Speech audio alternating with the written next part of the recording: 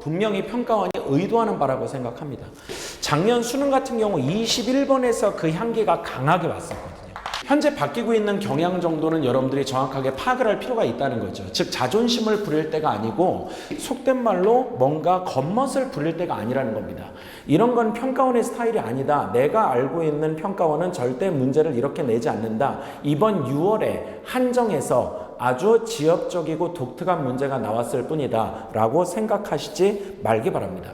반갑습니다. 에브리데이 매스에서 수능 수학을 강의하고 있는 김재하입니다. 현재 6월 4일이고요. 밤 11시 정도 됐습니다. 시간이. 원래 시험을 본 다음 날 6월 5일 날 본격적인 해설을 하는 게 선생님 생각이었는데 문제를 오후에 분석을 쭉 했고요. 그냥 집에 있다가 나왔습니다. 여러분들하고 이런저런 얘기를 좀 하는 게 맞을 것 같아서. 그리고 저는 이제 제 강의를 듣는 친구들은 알겠지만 현장 중심으로 제가 강의를 하고 있기 때문에 모든 총평이나 해설 강의나 이런 부분들을 저는 현장에서 학생들과 함께 진행을 하고 그 부분을 항상 제가 이제 운영하고 있는 유튜브 김재하 수학 채널이라든지 아니면 저희 에브리데이 매스 사이트에 항상 업로드를 했었는데 앞으로는 좀 시험 본 당일에 이렇게 총평을 간단하게나마 여러분들하고 좀 소통할 수 있게 분석을 해보려고 합니다. 올해 2025학년도부터. 일단 오늘 시험 보느라 참 고생 많았습니다. 오늘 시험은 수학은 개인적으로 한마디로 요약을 하면 되게 당황스러운 시험이었을 거다 이렇게 생각이 들어요. 많이 놀랬을 거다. 일단 문항에 대한 얘기부터 좀 먼저 진행을 하죠. 이런저런 얘기 뭐 복잡하게 해봤자 여러분들 스트레스 받으실 거고 짧게 핵심만 전달할 수 있는 시간을 갖도록 하겠습니다. 1번부터 2, 3점짜리 문제가 시작이 될 때는 2, 3점짜리 문항은요. 1번부터 쭉 한번 봤을 때 저도 이렇게 다 풀었어요.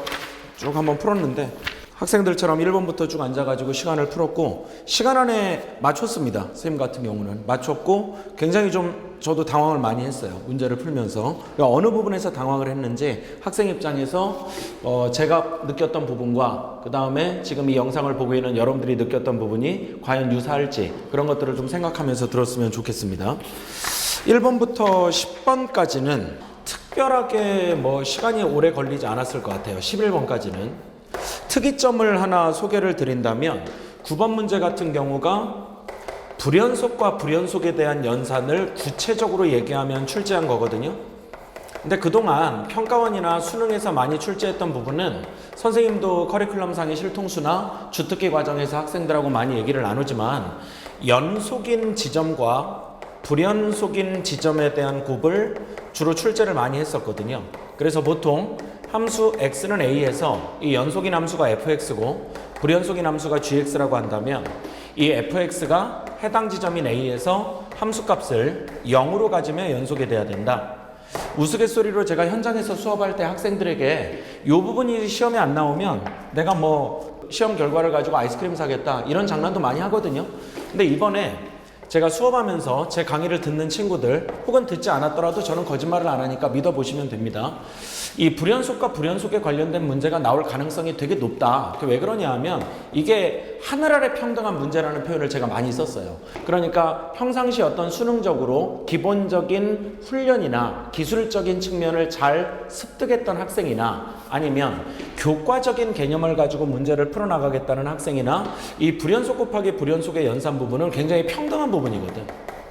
근데 이거를 가지고 문제를 출제했다라고 굳이 분석을 하면 볼 수 있어요. 물론 fx 더하기 a의 제곱이 실수 전체에서 연속이라고 되어 있기 때문에 각각의 함수를 오른쪽 왼쪽을 a를 더하고 제곱을 해서 그냥 0을 넣은 다음에 같다 이렇게 풀어도 무방합니다. 무방한데 그게 아니라 기본적으로는 불연속 곱하기 불연속을 출제하고 있다는 거죠. 그러니까 다소 정형성에서 좀 탈피하고 있다는 겁니다. 문제 자체가. 정형성을 탈피하고 있다. 얼마 전에 제가 유튜브에 업로드했던 영상에 어떤 학생인지 아니면 선생님인지 혹은 뭐 수능을 준비하는 N수생인지 모르겠지만 주기에 관련된 영상이었는데요. 거기에 대해서 다음과 같은 댓글을 단 어떤 유저라고 표현을 하겠습니다. 학생인지 성인인지 저는 잘 모르기 때문에 평가원스럽지 않다.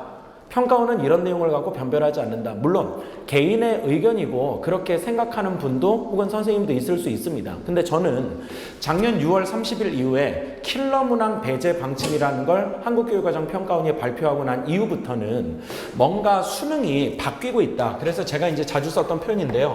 레트로화되고 있다. 이게 이제 구체적으로 제가 설명을 좀 드리면 아주 오래전 기출, 그러니까 과거 기출에 관련된 얘기죠. 오래전 기출에 관한 문제를 굉장히 요소적으로 잘 활용하고 있는 느낌이 든다라고 제가 말씀드린 적이 있거든요. 근데 이번에 이 오래전 기출이 출제됐다는 부분에 근거로 제시할 수 있는 문제가 미적분 선택 과목이죠. 30번에 이 수열의 극한에 관한 문제를 탄젠트랑 연결을 했는데 이게 2008학년도로 기억을 합니다. 제가 연도는 정확하지 않은데 요 밑에다가 한번 제가 그 코멘트를 달아드릴게요. 여기에 그 샌드위치 정리를 써서 수능에 출제됐던 문제였어요. 리미트 n이 무한대로 갈 때 n분의 an에 대한 극한이 파이로 간다라는 내용이 완벽하게 들어가 있습니다. 이번 30번에. 그러니까 제가 생각할 때는 이 문제는 기출문제에 대한 학습을 편식하지 않고 최근 선택제 수능에만 집중하지 않고 여러 단계에서 여러 오래전의 문제들도 꼼꼼하게 분석한 친구들은 아마 이 문제를 보고 바로 느꼈을 거다라는 생각이 들어요. 그런 측면이 제가 얘기하고 있는 레트로화되고 있다는 겁니다. 그러니까 뭔가 문제를 출제하는 데 있어서 과거에 나왔던 기출에 대한 유형들을 재탕하는 경향이 되게 짙어지고 있다는 거죠. 문제 자체가. 그렇기 때문에 본인이 속단하지 말고, 그러니까 평가원은 절대 뭔가 사고력을 측정하려고 하는 경향이 있다. 그런 평가원은 죄송하지만 이미 예전에 사라졌다라고 생각합니다. 기출문제를 뭔가 변형을 해서 출제하는 이유가 뭐냐라고 되묻는다면 저는 이렇게 대답을 하고 싶어요. 이미 나올 내용들은 다 나왔습니다. 이미 수능에서. 어떻게 보면 1993년부터 수능이 시작이 됐거든요. 연도로 1994학년도입니다. 그러니까 제가 정말 어렸던 중학생이었을 텐데 그때 여름에 8월부터 시작해서 수능이라는 시험이 실시가 됐거든요. 그리고 지금 현재 2024년입니다. 2025학년도를 바라보고 있죠. 횟수로 31년째입니다. 수능이 시행된 지가. 대한민국 건국 이래 가장 오래 진행되고 있는 대학 입시 제도예요. 이 수학능력시험이라는 게. 그래서 수학에 관련된 내용은 나올 만큼은 다 나왔습니다. 그런데 킬러 문제라는 어떤 이상한 개념을 도입을 한 거죠. 작년에 평가원이. 뭐 여러 가지 이유가 있겠습니다만은 사교육을 견제하겠다는 생각도 있었을 거고 공교육에서 뭔가 수능을 커버할 수 있다라는 어떤 그런 시그널을 주고 싶었던 영향도 있었겠죠. 여튼 어떤 이유가 됐던지 간에 킬러 문제라는 프레임을 씌워서 앞으로는 킬러 문제는 출제하지 않겠다. 하지만 변별력은 두겠다라고 한다면 낯선 문제를 낼 수는 없는 거예요. 갑자기 뭔가 또 새로운 내용을 출제한다라고 하면 그 자체가 또 하나의 새로운 킬러의 개념이 됩니다. 그러니까 이미 과거에 나왔던 내용들을 재탕을 하겠다라는 얘기라고 저는 누차 말씀을 드렸었고 그게 이번에 나름은 미적분에서 비중 있는 문제로 평가받는 30번에 그대로 출제가 됐다라고 저는 생각을 하고요. 그 다음 지금 9번 얘기하고 있습니다만 불연속 곱하기 불연속에서 뭔가 계산에 대한 능력을 측정하고자 하는 의지가 보인다라는 생각이 뭔가 여러분들이 앞으로 수능을 대비하는 데 있어서 남은 이제 절반 정도 온 거거든요. 여러분들 1월부터 딱 오늘이 6월 4일이기 때문에 남은 이제 6월, 7월, 8월, 9월, 10월 하면 5달이죠. 이전에 5달을 겨울방학 포함해서 지나왔고 앞으로 5달 동안 여러분들이 어떻게 준비하느냐에 따라서 올해 11월에 치러지는 수능에 어떤 성적을 받을지가 결정이 될 겁니다. 그러면 현재 바뀌고 있는 경향 정도는 여러분들이 정확하게 파악을 할 필요가 있다는 거죠. 즉 자존심을 부릴 때가 아니고 속된 말로 뭔가 겉멋을 부릴 때가 아니라는 겁니다. 이런 건 평가원의 스타일이 아니다. 내가 알고 있는 평가원은 절대 문제를 이렇게 내지 않는다. 이번 6월에 한정해서 아주 지역적이고 독특한 문제가 나왔을 뿐이다 라고 생각하시지 말기 바랍니다. 그렇게 생각하는 건 어떻게 보면 자기 위안입니다. 그리고 자기가 지금까지 공부해왔던 방식을 부정하고 싶지 않은 뭔가 방어 기제가 작동하는 것일 뿐이에요. 입시는 계속 바뀌어 나갑니다. 그게 변별력을 위해서건 아니면 현재 있는 학생들에게 새로운 제도를 보여주기 위해서건 계속 뭔가를 바꾸려고 노력을 하거든요. 근데 그 바꾸는 데 있어서 지나치게 어려운 문항을 배제하겠다라는 건 다른 말로 얘기하면 낯선 문제는 출제하지 않겠다라고 느껴지기도 해요. 제 입장에서는. 그럼 낯선 문제를 내지 않겠다라는 건 기존에 나왔던 출제 요소를 최대한 재탕하겠다. 그게 이제 이번 시험에서 저는 드러난 측면 중에 하나라고 생각을 합니다. 자, 미적분 30번 얘기를 지금 하고 있었고요. 그 다음 공통 과목에서 9번 문제 얘기하다 여기까지 나왔는데 역시 계산적 측면이 있었죠. 그 다음에 10번 문제가 정확히 얘기하면 사인 코사인 법칙에서 출제된 문제지 않겠습니까? 작년까지는 모든 6월 모의고사, 9월 모의고사, 11월 본수능에서 모든 사인 코사인 법칙에 관련된 문항은 그림을 줬었습니다. 그러니까 외접원을 주건 아니면 사각형의 원 두 개가 외접하고 있는 상황을 줬건 뭔가 그림을 제시한 상태에서 문제를 출제했었거든요. 근데 이번에는 6월 평가원이 관계식을 제시하고 뭔가 사인 코사인 법칙에 관련된 삼각형의 분석을 출제한 문제가, 자, 여러분들 동의하실지 모르겠는데 작년에 연도로 설명을 할게요. 이게 자꾸 헷갈려가지고 2023년에 경찰대학교 문제에서 사인 코사인 법칙 문제가 다음과 같은 방식으로 출제가 됐었습니다. 그래서 저는 이번에 10번 문제 보자마자 이게 작년에 경찰대 스타일을 베꼈다 안 베꼈다를 떠나서 물론 이런 내용은 EBS에도 많이 있어요. EBS 안에도 비슷한 유형이 많이 있습니다. 보다 정확하게 말씀드리면 사실은 이번에 출제된 10번 같은 유형은 내신에 많아요. 내신 시험에서는 어떤 사인이나 코사인의 관계식을 제시하고 사인 코사인 법칙을 통해서 뭔가 길이라든지 넓이를 구해나가는 문제를 출제하는 경우가 많습니다. 근데 경찰대학교가 보통은 평가원하고 조금 결이 다르다 이런 분석을 많이 했었죠. 학생들 자체가. 근데 이제 그 경찰대학교에서 문제를 바로 이전에 출제했던 방식으로 문항이 나왔다. 저는 오히려 그런 느낌을 받았고, 그 다음 11번은 오히려 수학 2 문제였는데 그냥 접선에 관련된 연산 문제, 뭐 특별한 게 없었습니다. 그래서 11번은 난이도가 굉장히 오히려 낮아졌고요. 사실 이번 시험을 지배하는 문제가 제가 이 당황이라고 표현을 했었는데 그게 12번이에요. 아마 이 영상을 보고 있는 대다수의 학생이 동의할 겁니다. 저도 이 몇 번을 계산을 했는지 몰라요. 근데 뭐 때문에 몇 번이나 계산을 했냐 하면 설마 이렇게 풀라고 이 문제를 냈다고 라는 생각을 저도 했던 거예요. 저도. 그러니까 수학을 통해서 제가 생활을 영위하고 있는, 속된 말로 밥 벌어먹고 살고 있는 강사인데, 그런 저도 학생들에게 함부로 판단하지 마라. 어떻게 보면 지구력을 가지고 우직하게 계산을 밀고 나가는 게 필요하다라고 제가 사실은 이 6월 4일 전주에도 우리 이제 대치동에 있는 학생들에게 얘기해서 보냈거든요. 제가 우리 3분관의 학생들, 대치동의 학생들, 이게 니네 맘대로 판단하지 말고 계산을 좀 꾸준히 밀고 나갈 수 있는 체력도 되게 중요하다. 함부로 그런 걸 니네가 결정해서는 안 된다라고 얘기한 저조차도 사실은 오늘 딱 이 시험지 펴놓고 12번 문제를 풀 때, 야, 진짜 이걸 이렇게 풀라고 냈단 말인가? 라고 해서 몇 번을 중간에 멈췄어요. 저도. 이거 닮은 비인가 혹시? 라는 생각도 하면서요. 근데 그건 아니었다는 거죠. 결론적으로 이 문제는 마지막에 지수로 식을 끌고 나가건 모든 점을 로그의 식으로 바꿔놓건 3차 방정식을 통한 조립제법을 하셔야 됩니다. 이 12번 문제는. 그러니까 아마 대부분의 학생들이 이 12번에서 굉장히 당황을 많이 했을 거예요. 그러니까 저 같은 경우가 있었을 거라는 거죠. 학생들이. 진짜 이렇게 하는 거라고? 도대체 이거를 지금 여기부터 여기까지 다 이렇게 일일이 풀어내라는 문제라고? 내가 지금 뭔가 놓치고 있는 거 아닌가? 라고 생각하고 있는 동안 이미 시간은 흘러가고 있었던 거고, 그 상황에서 굉장히 당황을 했겠죠. 식은땀을 흘렸을 겁니다. 시험장에서. 그럼 이제 5만 가지 잡생각이 다 들기 시작하죠. 나는 지금 내가 이러고 있으면 안 되는데, 내가 아직 12번밖에 안 왔는데, 뒤에 또 이 문제가 또 이번에 비주얼이 조금 안 좋아요, 문제가. 그래서 15번 보면 이제 제가 수업할 때 많이 쓰는 구통양리인데, 이거 뭐 절대값 들어가 있고 이거 작살 나겠다. 이거 또 넘기다 보면, 그리고 이번에 22번에 항상 15번에 들어왔던 또 점화식 문제가 있었다고요. 근데 이번에 22번에 또 이런 표현이 있다고. A의 루트, 이거 뭐 장난하는 것도 아니고. 그러니까 선생님이 이제 수업할 때 인덱스라고 표현하는 부분인데, 여기에다가 뭔가 이제 얘가 자연수가 될 때, 그럼 이제 이 n이 완전 제곱수일 때 아니겠습니까? 이게 이제 또 훑어보다 보면, 야, 이것도 만만치 않아 보인다. 이렇게 되니까 지금 여기서 이제 계산이 꼬인 상태의 학생들은 제가 볼 때 이번 시험에서 이제 실패한 거죠.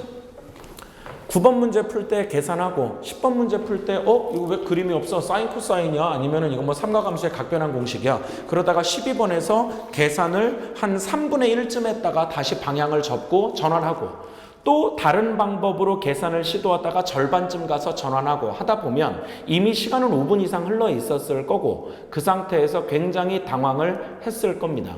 그러면 이번 시험은 망했죠. 망했을 거예요. 그래서 현재 지금 밤이라고 제가 말씀드렸죠. 영상 초반에. 현재 EBS나 각 이제 기관들에서 예상하고 있는 1등급 컷이 현재 6월 4일 한 이제 PM 11시 정도 기준입니다, 여러분들. 미적분 기준으로 지금 77점 정도가 가장 낮은 점수예요. 기관에 따라 조금 다르지만 81점 여기까지 보는 기관들도 있습니다. 제가 볼 때는 보통은 이렇게 기관별로 첫날 등급 컷의 예상이 다르면 거의 여기에 중점 정도로 수렴하거든요. 그럼 약간 높게 봐서 이번에도 사실상 80점 정도에서 결정이 되는 시험일 겁니다. 미적분 기준으로. 확률 통계가 이거보다 지금 현재 나오고 있는 점수는 대략 5점에서 7점 가까이 정도 높고요. 기하가 한 3점 정도 높은 상태로 성적이 나오고 있습니다. 그러니까 작년 수능하고 사실은 크게 등급 컷의 변동이 없는 상태죠.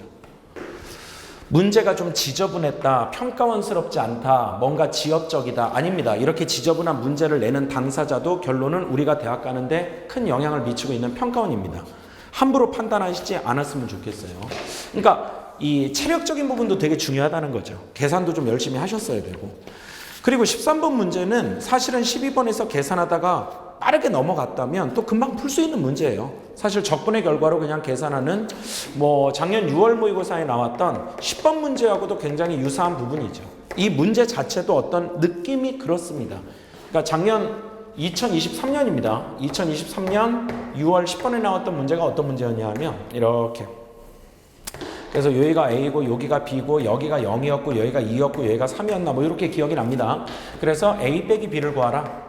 이 문제는 이제 여기에서 여기까지 정적분을 하면 답이 나오는 문제인데 이번에도 그림이 사실상 비슷하죠. B-A를 구하라는 거니까 같은 얘기입니다. 결론적으로. 그래서 정적분의 결과가 넓이의 차에 대한 속성을 가지고 있다. 그렇게 계산했으면 되는 문제.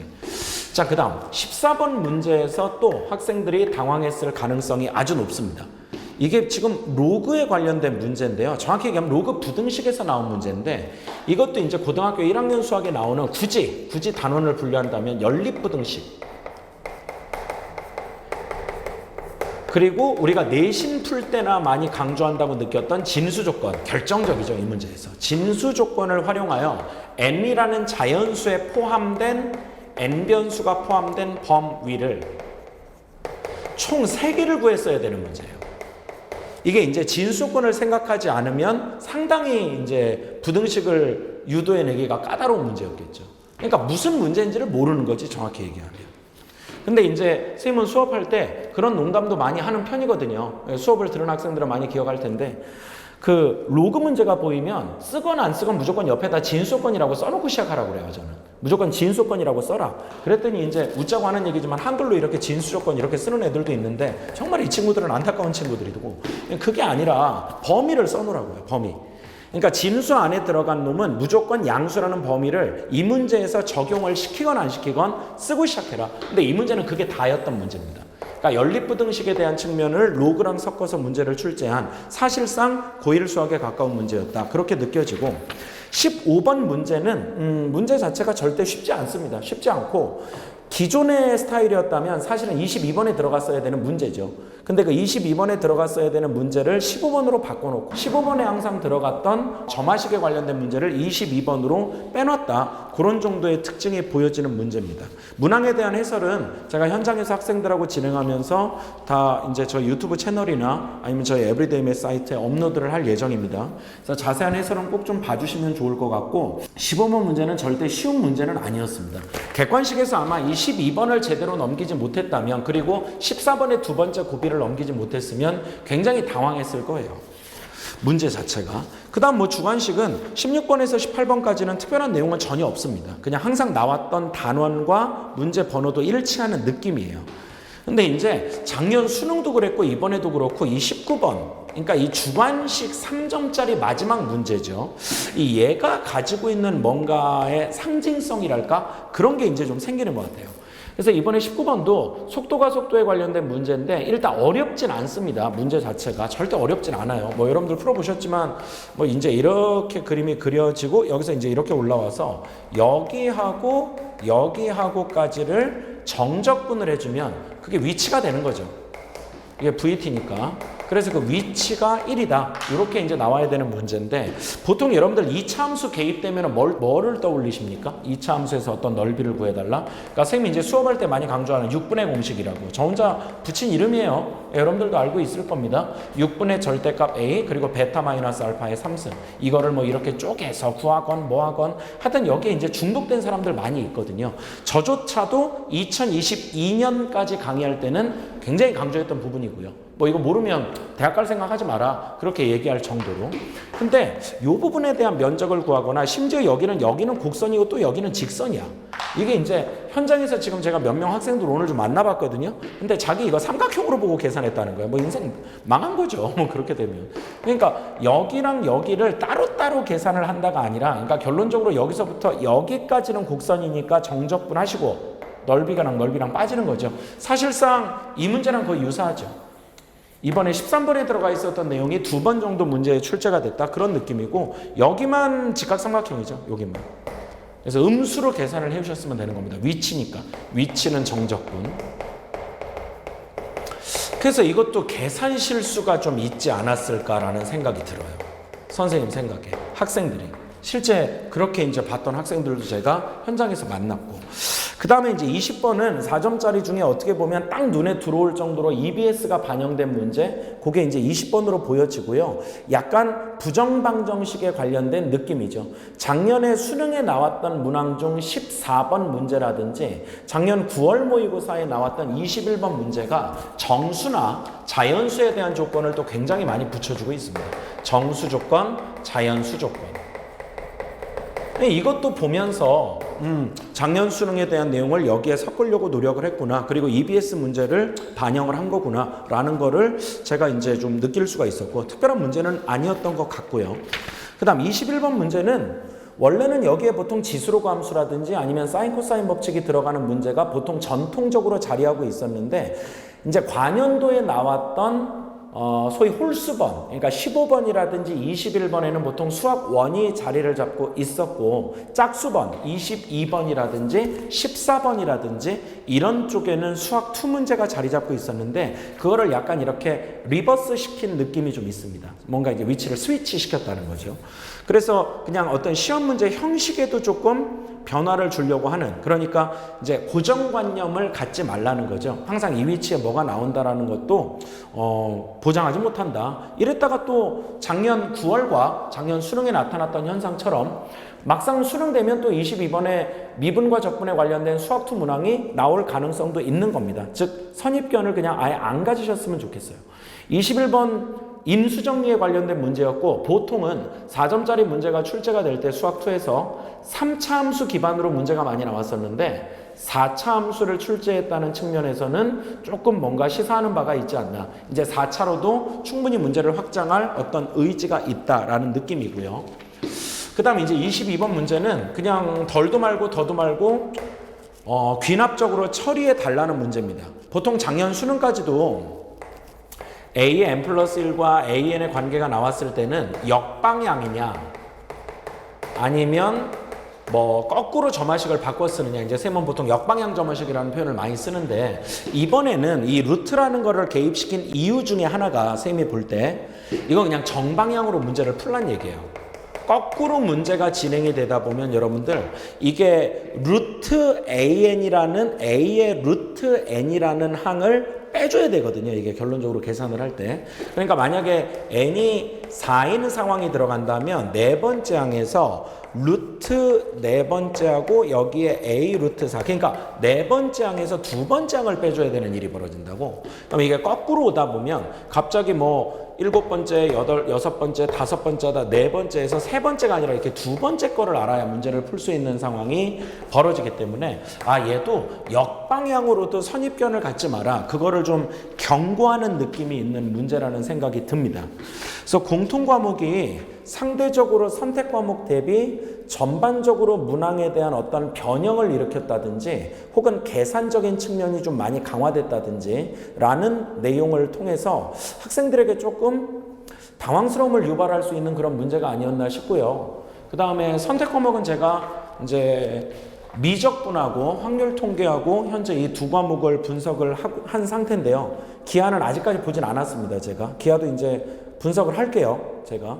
근데 오히려 선택 과목에 대한 난이도가 굳이 공통이랑 비교한다면 그렇게 높지 않은 느낌입니다. 높지 않은 느낌이고, 특히 요즘 미적분 학생들이 많다 보니까 지금 이 영상은 미적분 중심으로 조금 해설을 하는 거를 이해를 해주시고요.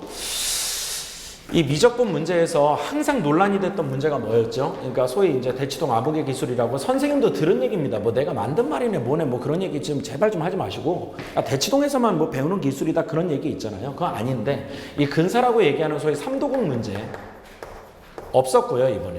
그러니까 삼각함수와 도형의 극한에 관련된 문제 없었고, 두 번째 n축이라는 기술 활용하는 합성함수에 대한 해석 없었습니다. 작년 수능과 문제의 궤적을 완전히 같이 하고 있죠. 정확히 얘기하면 아예 그냥 도형 자체를 안 주는 느낌입니다. 그런데 이제 또 도형과 연결된 어떤 극한이나 미분에 대한 성질을 출제를 안 할 수는 없기 때문에 이번에 굳이 도형과 그래프에 관련된 성격의 문제를 굳이 찾자면 27번 그리고 30번에도 약간의 그런 요소가 있었다라는 거를 제외하고는 이번에 문제는 전반적으로 되게 질문이 단순하죠.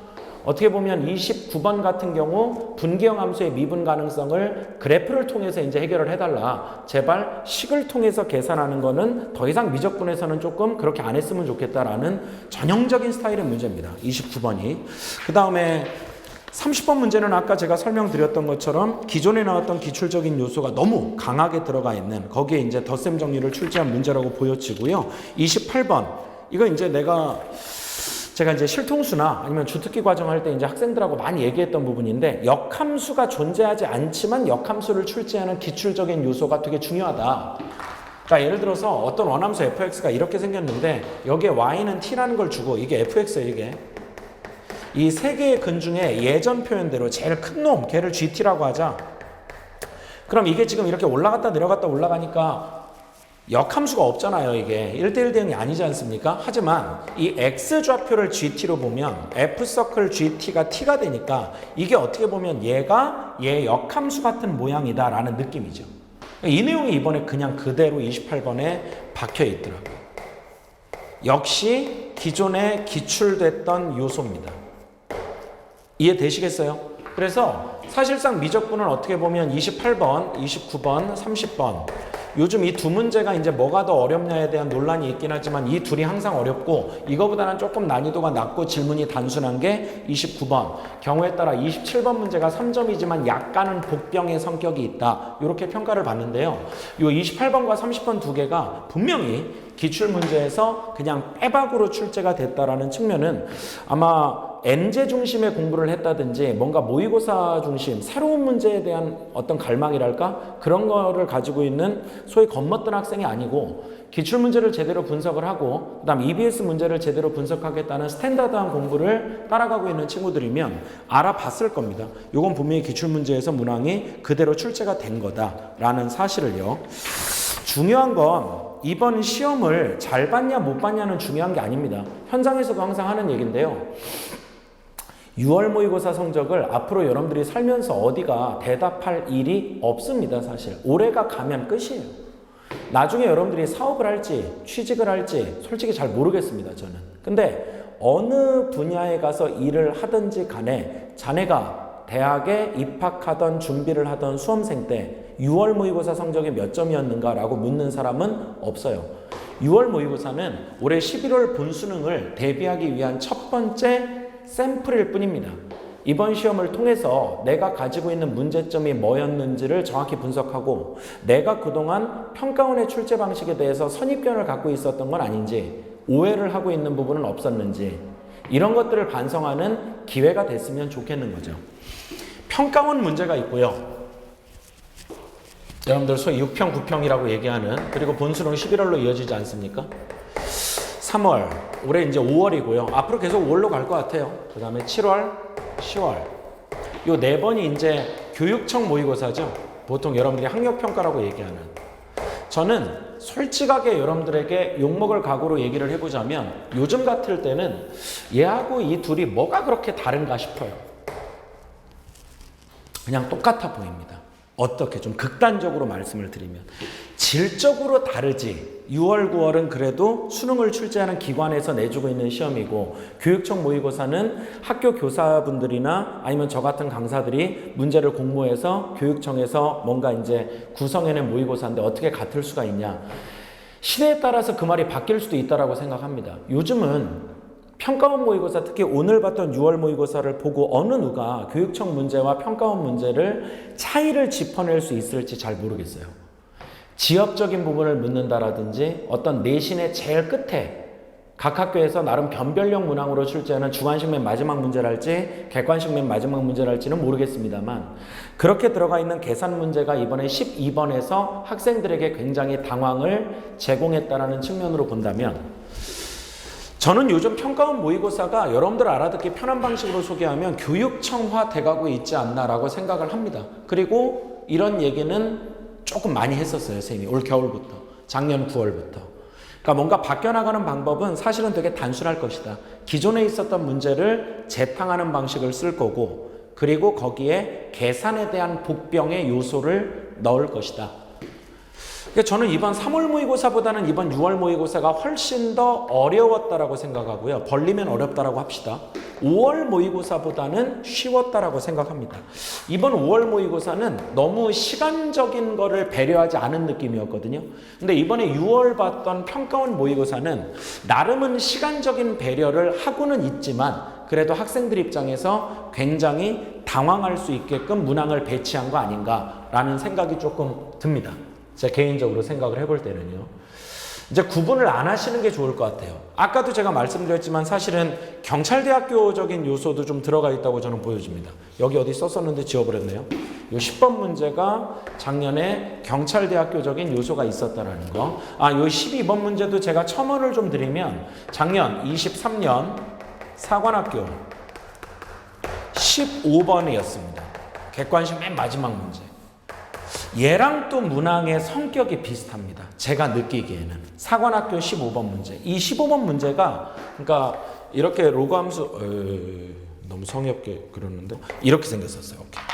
이렇게 생겼었고 요렇게 지나가고 요렇게 지나가서 얘하고 평행하다 그런 문제였거든요. 문제 자체가. 근데 이게 전부 다 y좌표 기준으로 식을 점을 설정해서 기울기와 길이를 계산해 나가는 연산 문제였어요. 그래서 이 문제를 보고 올해도 이제 제가 이 문제를 해설을 했거든요. 주특기 과정에서. 해설을 하면서 학생들에게 참 저 문제가 예전 같으면 욕을 바가지로 먹을 문제인데 요즘 같은 스타일에서는 출제가 안 된다라고 보기 힘들 것 같다. 저런 문제가 나오면 우직하게 뭔가 계산을 하겠다는 굳은 각오를 가지고 문제를 좀 풀어나가는 게 맞지 않겠냐라고 했는데 이 문제가 아마 풀어본 사람들은 느낄 거예요. 절대 부정하지 못할 거라고 개인적으로 생각합니다. 이 문제가 얘랑 너무 이렇게 유사성을 많이 가지고 있다라는 생각이 들어요. 저 개인적으로 생각을 해보면. 그러니까 도대체가 이 평가원 시험이라는 게 사관학교 문제, 어떻게 보면 이 사관학교 문제는 형식도 완전히 똑같거든요. 수학능력 시험하고. 그래서 보통 사관학교 문제가 이전에 혹은 2년 전에 이 수학능력 시험에서 나왔던 내용을 많이 차용을 하는 성격이 있어요. 그게 어떻게 보면 또 바람직한 거죠. 예, 평가원에서 문제 냈던 방식을 사관학교에서 그래도 유사문항으로 이제 출제해 나간다라는 거는 저는 절대 나쁜 상황이라고 생각은 안 들거든요. 근데 오히려 그 사관학교에서도 전체 문항을 뭔가 이렇게 참고한다기보다는 본인들이 문제를 만들어 나가는 구조가 있을 텐데 그거를 약간 평가원이 역으로 차용하는 방식을 쓰고 있는 거 아닌가라는 생각이 조금 들기도 합니다. 제 개인적으로 생각을 해보면. 그 다음 경찰대 문제는 정말 어떻게 보면 이 풀어본 학생들은 알 텐데 이 욕을 많이 먹거든요. 사실 너무 문제가 지저분하다, 지엽적이다. 도대체 저런 문제를 어떻게 시간 안에 풀라는 거냐. 근데 형식성으로는 이번에 10번 문제가 이게 이제 변별력 문항은 아니지만요. 경찰대학교 문제도 뭔가 이렇게 참고하고 있는 듯한 느낌을 저 개인적으로는 조금 받게 되는 그런 시험이었던 것 같아요. 자, 여러분들 평가원에서 변별력을 내는 어떤 창의성이라든지 평가원만의 방식이 있다라고 더 이상 생각하시지 않으셨으면 좋겠습니다. 이제 평가원도 뭔가 문제를 변별력을 주면서 킬러 문제를 출제하지 않는 방식으로 나름 계산과 고일 과정과 굉장히 오래전, 적어도 10년 이상 된 기출적인 요소에 대한 반영, 이런 문제들을 가지고 문항을 출제하는 방식으로 작년 9월과 11월과 23년이죠. 그 다음에 올해 6월 모의고사까지로 봤을 때는 가닥을 좀 잡아가는 것 같아요. 그러니까 어느 시험이 돼도 이 계산 문제나 고등학교 1학년 과정을 직간접적으로 출제하겠다라는 기조는 앞으로 빠지지 않을 것 같고요. 그 다음에 이 문제는 뭔가 내가 예전에 어디에선가 봤던 문제다라는 것도 분명히 평가원이 의도하는 바라고 생각합니다. 작년 수능 같은 경우 21번에서 그 향기가 강하게 왔었거든요. 그러니까 뭔가 최대값, 최소값을 정의하는 함수요. t-1에서 t 더하기 1까지 이렇게 돼 있을 때 최대값, 최소값을 정의하는 함수. 이게 항상 수투에서 나왔었는데 이거를 지난번에 이제 수학 1으로 끌고 들어왔었거든요. 지수함수를 가지고. 그런 내용들을 봤을 때는 여러분들이 이제 함부로 뭔가 평가원은 이렇게 시험을 내는 곳이야 라고 생각을 하면 안 되겠다는 생각이 드는 거죠. 앞으로가 중요하겠죠. 앞으로 이제 어떻게 대비를 해 나갈 것이냐. 기출문제를 지금부터 봐도 늦지 않습니까? 라고 물어보는 학생들이 많이 있는데요. 지금부터라도 보셔야 됩니다. 특히 저는 이제 현장에서 수업을 할 때 재수생들도 제 앞에 많이 앉아 있어요. 재수생들도 있고 당연히 고3 재학생들도 있는데 재수생들 같은 경우는 어떻게 보면 겨울방학부터 나름은 체계적으로 학교 내신에 대한 부담이 아예 없기 때문에 이 시기에는 기출문제, 이 시기에는 엔제, 이 시기에는 뭐 EBS, 나름의 어떤 이제 생활관리들을 옆에서 이제 또 우리 매니저들이 해주기도 하지만 잘 진행을 해 나가고 있는 것 같아요. 수능 공부에 나름 최적화된 코스로 가고 있다라고 생각을 하거든요. 근데 제 학생들은 수능 공부를 하려다 보면 또 내신 기간이 오고 어떻게 보면 오늘 이후에 또 이제 내신에 집중하는 고등학교 3학년들이 많을 겁니다. 그러다 보니까 나름은 수능 공부를 하겠다고는 하지만 제대로 집중해서 해본 적이 없는 경우들이 참 많더라고요. 그러니까 기출문제를 제대로 분석을 해본 적이 없는 거예요. 그냥 푼 겁니다. 뭐 자이스토리가 됐던 마더텅이 됐건 두꺼운 기출문제집을 그냥 이렇게 본 거죠. 그러니까 서머리 정도? 그냥 약간 뭐 이런 문제가 있었군 이런 느낌인 거지 뭔가를 집중력 있게 이 문제가 앞으로 변형되면 이런 식이 될 거다라고 생각을 해본 적이 없는 학생들이 많습니다. 제가 현장에서 만나보면 학생들을 지금부터라도 기출문제에 대한 공부를 게으르게 생각하지 말고 진행을 하셨으면 좋겠어요. 그게 수능에서 고득점을 얻는 가장 확실하고 좋은 방법이 될 겁니다. 그리고 엔제에 대한 질문을 되게 많이 하거든요, 저한테. 엔제에 대한 질문은 저는 EBS를 하지 않은 학생이라면 겉멋부리지 말고 기출문제 플러스 EBS는 어쨌든 국가에서 반영해 주겠다고 공신력 있게 인정한 기관의 책입니다. 이번 평가원 15문항에 반영됐다라고 기사로 지금 나오고 있고요. 수능에 궁극적으로 50% 반영하겠다고 하지 않습니까? 과거 70%였는데 이제 60%, 50% 내리고 있는 중이죠. 그래서 엔제에 관련된 성격은 EBS로 여러분들이 첫 번째 대처를 하는 게 맞다고 생각해요. 뭐 여러 가지 EBS에 나오는 책까지 다 풀기가 좀 꺼려진다면 나는 그 도저히 스타일이 아니다. 실은 그 말도 안 맞는데 그래도 수능 특강과 수능 완성 정도는 반드시 꼼꼼하게 풀어보시기를 권하고요. 선생님은 개인적으로. 엔제를 이 기출문제와 EBS가 선행되지 않은 상태에서 공부하는 것은 절대 반대합니다. 두 번째, 이제 7월부터 나름 재학생 기준으로 여름방학의 시즌이 오고 마지막에 이제 역전의 찬스라고 보통 얘기를 하죠. 입시 쪽에서 선생님도 고등학생 때 많이 들었던 말인데 여름을 제대로 나는 자가 대학에 간다고 했었어요. 정확히 얘기하면 6, 7, 8월을 제대로 보내는 자가 대학에 이제 원하는 대학에 진학한다. 그렇게 얘기했었습니다. 그러니까 6, 7, 8월에 이제 모의고사로만 돌리겠다는 친구들도 많이 있을 거예요. 특히 재수생들 많이 있을 겁니다. 만약에 자기가 준비가 다 됐다고 한다면 괜찮습니다. 나는 뭐 모의고사로만 계속 약점을 체크해 나가겠다. 그렇게 해서 실력 향상이 될 수 있는 친구들이 있죠. 등급상으로 봤을 때 1등급이 간헐적으로 나오는 친구들, 2등급은 이변이 없는 한 안정적으로 나오는 친구들이면 괜찮습니다. 오히려 바람직한 방법이 될 수가 있겠죠. 하지만 3등급이 위주인 학생들, 4등급도 찍어본 적이 있는 학생들, 정말 심각할 때는 5등급까지도 가본 학생들은 저는 9월 전까지는 이 모의고사식으로 공부하는 것을 그렇게 권하지 않습니다. 그렇게 좀 좋은 방법이라고 생각하지 않아요. 사상두각이라고 생각합니다. 계속 뭔가 기초가 모자란데 거기에 성만 쌓고 있는 거예요. 차라리 여름방학 때 남들이 손가락질 하더라도 너는 지금 기출문제를 보냐? 너는 지금도 단원별로 문제를 풀고 있냐? 한번 냉정하게 얘기해 봅시다. 이 영상을 보고 있는 우리 학생 여러분들, 재수생일지 고3일지는 모르겠습니다. 혹은 뭐 고1일 수도 있겠지만 남이 어떻게 공부를 하는 거에 대해서 참견하는 학생들을 치고 자기 일 제대로 하는 학생들 저는 거의 못 봤습니다. 보통 자기 길을 우직하게 가고 있는 친구들은 내 옆에 혹은 내 앞에 혹은 우리 같은 반에 있는 친구가 어떤 방식으로 공부하는지에 대해서 훈수들려는 생각을 하지 않습니다. 그럴 시간이 없어요. 근데 나는 지금 이거 하고 있는데 너는 도대체 왜 이거를 하고 있냐라고 얘기하는 친구들 때문에 스트레스 받는다는 학생들도 저랑 상담을 많이 하는 편이거든요. 제발 신경 쓰지 말라고 합니다. 그렇게 얘기하는 그 친구가 공부를 제대로 하고 있지 않으니까 너한테 지금 그렇게 지적질을 해대는 거다. 자, 지금부터는 이제 6월 모의고사 이후에 어떻게 할지에 대한 생각을 하는 게 훨씬 더 중요한 시기죠. 지금부터는 시간을 좀 쪼개 쓰셨으면 좋겠어요. 여러분들도. 현재 6월 4일입니다. 재학생들 스케줄 기준으로 봤을 때 7월 15일 전후로 방학을 하게 되죠. 이 시간 동안 내신 대비를 집중적으로 하겠다. 뭐 그런 친구들도 있을 겁니다. 괜찮습니다. 본인들 계획이 있다면. 혹은 N수생들, 재학생들, 재수생들 중에 수능 위주로 공부하겠다는 학생들은 자칫 잘못하면 이 시기가 되게 애매한 시기가 될 수도 있어요. 그러니까 대부분의 학원들 스케줄이 여름방학 전후로 뭔가 커리큘럼을 바꿔나가는 구조이기 때문에 근데 저는 이 사이도 굉장히 많은 걸 바꿀 수 있다고 생각하거든요.